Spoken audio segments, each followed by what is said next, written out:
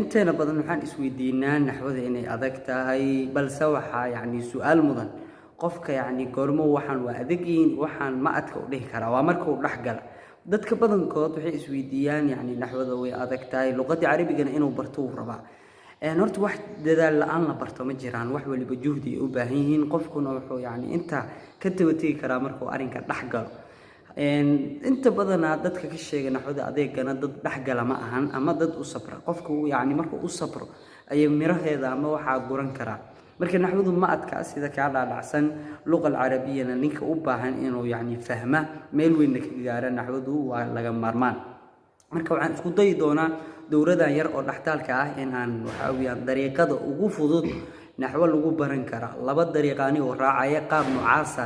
qaab mucaasara oo aaladeysan oo internetka waxyaabaha qaabka loo soo bandhigo waa shaashad oo la soo saaraa wixii lagu dhawaaqay ardag marka waxa u fududaanaya inuu practical ku qaato maqal iyo muuqaalba labadiiba wixiina wax la taaban kara ay noqdaan marka waxaan isku day doonaa inaan qaadno wadada ugu fudud oo naxwo lagu baran karo haddii naxwo adagtana qeyrka ma barteen naxwo haddii adagtahay dadka bartamay barteen meesha waxa ka cad qaacidadii ahayd al-xaafidu xujjatun calaa man lam yaxfad qofka وحفظية أما وحبرتا وحجوك يا قفك لما بركة رتاج كامركا وحجوك وأكن برتي ساس الأدي علمي مركة صفر يسوع طبعا هنتاي أبواب باب سي أقف باب وحرتو باب كالأو جدبه هدي يدعي لهاد إن وحن لسكو فراء أما أبواب تاس هل لقى ديجو بدن ما يلا لهاد نحود نوا باب كاس أبواب تاس أيان كوجلي دورنا سيدي السفر كيبا مجالوين كايو دول كالصحراء ومعيسي marka waxaan bilaabi doonaa baabka ugu horeeya ee laga gala naxwada waa in aad barato horta waxa naxwadu ay ku dul istaagayso oo ah hadalkii ama hadalkii carbeed waxaan baabka koowaad ka dhigi doonaa baabul kalaam markii qofku baabul kalaam qofka baranaya baabul kalaam waa in uu kala saaraa laba kelimo kelimada koowaad oo ah kalaam كلمة لبعض أو كلمة لبعض أسمر كوبرتو باب الكلام باب الكلام وفهم دونا قفا فاصن أما دي كلمة كلام وصن كلا ساري كرين باب الكلام ومسهلنا دونا ما أنتوا حندرس كم قاعدة دونا باب الكلام أو كلام مركا كلمة كورمر دونا علماء النحو ذا وحيصوف في استقراء خصمين وصور راعين هذا الكي عرب هذا الكي كهد ليسي markaas waxay isku keeneen saddex waa isim ficil iyo xaraf marka hadii aad akhriso quraanka luqada carabiga fusxa ay ku soo degay waxaan daraasaynayna waa luqada carabiga fusxa lahja ma daraasay doono mara bar doono lahjana maanta naxwo ma lahan naxwo loo raaca ama luqada fusxa waxay leedahay naxwo loo raaca luqada fusxadana waa mid quraanka oo ku soo degay quraanka markaad akhriso hadii siyaaqan saddex kama badanayo saddexda maxaa weeyaan waa isim iyo ficil iyo xarf quraanka dhan waa saddexda maadaama saddexda uu yahay saddexda ayaan baabkan ku soo koobi doonaa isimka keligii maxaa la dhahaa kelima ayaa la dhahaa ficilka keligiina maxaa la dhahaa kelima ayaa la dhahaa xarafka keligiisna maxaa la dhahaa kelima ayaa la dhahaa maadaama marka saddexduba ay kelima yihiin kalaam maxaa la dhahaa u gudubno halka waxaan rajaynayaa in aad kelima fahanto maxay la haduu markaad qeexi doonto اسمك وحدي دونتا الاسم كلمة دلت على كذا وكذا كلمة أيات ليس ماشي وحكا قاعد اسم كلي وكلمة فعل كلي سوى كلمة حرف ماشي وقسم اسمه أنا كلامك وحلكا مركي كلامك نحولي وحيود جيين أفرقيت أما أفر حرك أما أفر شردي قابك أقول كتابة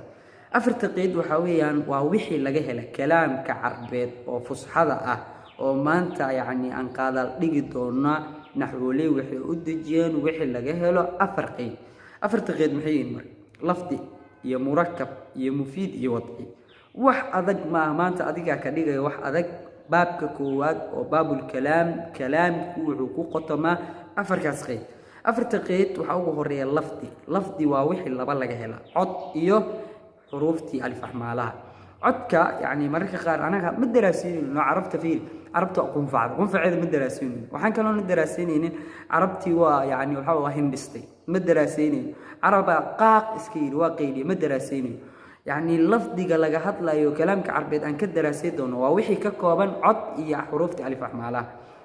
alif ahmaalaha kaligood lama dhaho lafdi cod kaligiisna lama dhaho lafdi codka keligii caadi ayaa ku baxay xuruufta alif axmaalahana waxaa ku baxaya yani carab fusxa oo luqal fusxa ku hadla maanta hadduu ingiriis ku hadlo ingiriiska hadda kalaam loolama jeedo kalaam naxwule markaan qaadno qaabka marka lafdi waa midka ka kooban dhawaq iyo xuruuftii alif axmaalaha alif ba ta tha ka marka waxaa la isku yidhaha lafdi qeydka koowaad waa in qeydkaas la helaa qeydka labaad waxaa weeyaan codkii iyo xuruuftii ileen ba kaligeed macno faa'iideynayso waa in la isku geeyaa oo wax laga dhaliyaa meesha marka qeydka labaad wuxuu ka yani lafdiga ayuu ka soo kacaya wuxuu u gudbayaa murakab maxaa la dhahaa marka xuruuftii alif axmaalaha oo la isku geeyay kelima ka dhalanayso hadda ba ama zaay iyo ya iyo dal isku geeyay zayd ayaa ka soo baxay hal kelima nooga dhalatay haddana waxaa weeyaan waxaa isku geysaa qaaf iyo alif iyo miim isku geey qaama ayaa nooga soo baxday markaasaa qaama iyo zaydun oo ah laba kelimo markii la isku geeyo waxay noqdaan murakabka macno badan naxwadana waa ku arki doontaa idaafi iyo wax kale ayuu noqdaa murakabka halka aan ka hadlayno waa yani laba kelimooyin oo ku soo baray waa ogtahay kelimooyin waad soo qaadatay ism iyo ficil iyo xarf ism iyo ficil aad isku keentay waa ka waxaa ka dhashay murakab isku keenidaasa maxaa la dhahaa murakab marka murakabkuna waa in yani laba kelimo iyo wax ka badan la isku keeno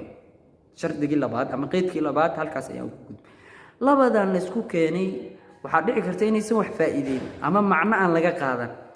marka waa qeyd saddexaad waa in loo baahdaa mufiida lagu daro labadan la isku keenay waa inay wax faa'iideeyaan mufiid marka waxaa weeyaan wixii la isku keenay waa inaan bilaa faa'iide aysan noqono faa'iide laga helaa meesha waxaa ku baxayo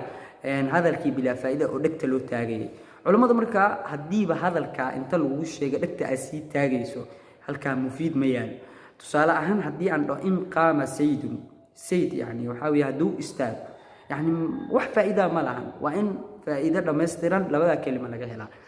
marka shardiga afaraad ama qeydka afaraad waa wadci shardigan culimmadu waxay ugu daraan oo ah carab waa inay dejisaa mararka qaar waxaa dhacayso erayo yani carab aysan dejin oo cajama in lagu soo daro suuqa xoolaha oo kale hadda suuqa xoolaha maxaa weeyaan waa kelimad cajami suuqa xoolaha ma soo gelayso carabiga hadalka carabeedna ma soo gelayso hadhowdii shaqalka iyo qaabkeeda iyo way ka duwanaa doontaa marka intaa yani waxaa la isku dhahaa kalaam afartaas qeyd uu leeyahay haddaan soo khulaasay marka wuxuu noqonaa lafdigii oo ka kooban cod iyo xuruuftii alif axmaal ah mid haddii la waayo lafdi ma rumoobay midka labaad oo ah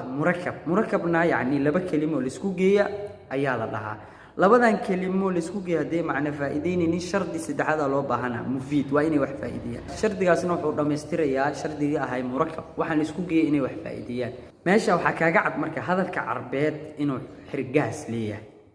يعني maanta ka bacdi hadii lagu dhaho hadal carbeed naxwihiis ama hadalka carbeed oo aan maanta naxwo iyo qawaacid aan saari doono aan i'raabi doono keeway waa inuusan mid kale kaaga darsamin hadallada kale uusan kaaga darin kalaamun naxwiyiin ayaa la dhahaa kalaamun naxwiyiin midka afarka laga helo maxaa loo yaqaanaa kalaamun naxwi waana midka dowradan dhan aan ku faaqidi doono marka yani waxa dhici karto ardaygu inuu isweydiiyo sidee loo dhisaa kalaamku sidan kugu sheegaba wuxuu ka dhismayaa saddexdii kelimo oo soo sheegay isimkii ficilkii xarafkii ayuu ka dhismayaa marka qaabkee loo dhisaa waa qaab statistikiisa oo yani aanan koobsanaynin saddexdoo mar waliba isla kulma saddexda mar waliba isla kulmi maayo marmara waxa isla kulmaya isim iyo ficil marka kalaam ayuu noqonaa marmara laba isim ayaa isla kulmaysa kalaam ayuu noqonaa marmara saddex ismi isla kulmaya kalaam ayuu noqonaya يعني قابك ودسمي وسدحدان أيو كودسمي سدحدان مركا لببدلة سدحدان أيا لببدلة سدحدان مركا اسم فعل دا اسكوجي محاو تصال قام محمد تصالهن وذات كان لنعيق فريق نحوذ فانسية وندرين سنية وحنوي أقبلها بيهن هدي مركا الإسلام هاي هدا 10 أيان شرحي كلام أيان شرحي أسيقا بنكو تطبيقي دونا maadaama adiga ila joogin asiga ayaan ku tadbiiqi doonaa waxaan soo qaban doonaa qaama muhammadun hada waan dhisna sooma qaama muhammadun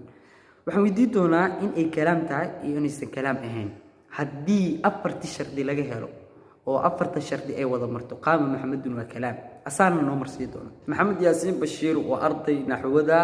baranooyo meel dhax ka marayo asaga baan ku tadbiiqi doonaa tusaale ahaan qaama muhammadun ayuu noo faaqiyaa dhagis wacan بسم الله قام محمد وعلينا كلام waxaa u dhehna waxaa waaye waxaa laga helay afarta shardi oo sheekhu noo sheegay oo ah kow lafdi waa laga helay waa dhawaaqnay kalaam qaama waa dhawaaqnay kalaam lafdi waa helnay labo waxaa helnay murakab oo qaama oo ficil ah iyo zaydun oo ism ah ayaa laysa macnaha ayaa isku imaaday murakab saas ayaa ku dhehaynaa mufiidna waaye qaama zaydun seeda istaagay qofka hee ma dhahayo marka dhada qaama zaydun seed waa istaagay bimacnaa hadalka waa dhammaystiran yahay wadci waayo carabi ayuu carabaa dejiso cajami ma aha qaam bilwadci carabina waa ku tahay maasha allah isla markiiba yani qofku wuxuu dareemi karaa casharkan qaatay qaama maxamedun qaabka uu marsiiyey maxamed yaasiin bashiir inay tahay qaabkii saxdeed tusaale ahaan lafti way tahay oo qaama qaaf iyo alif iyo miim ayay ka koobantahay xuruuf waa laga helay qaama anaaba ku dhawaaqayo dhawaqna waa laga helay lafdi way tahay marka dhawaq iyo xuruuftii alif axmaalaha labadaba waa la helay okay مركب يعني لبا كلمة قام أو فعل إيه سيد أما محمد أو اسم أيا لسوق يعني ما حين قلت مركب قام سيد مفيد نويته يو قام سيد ما أنت هديقف أو قولوا له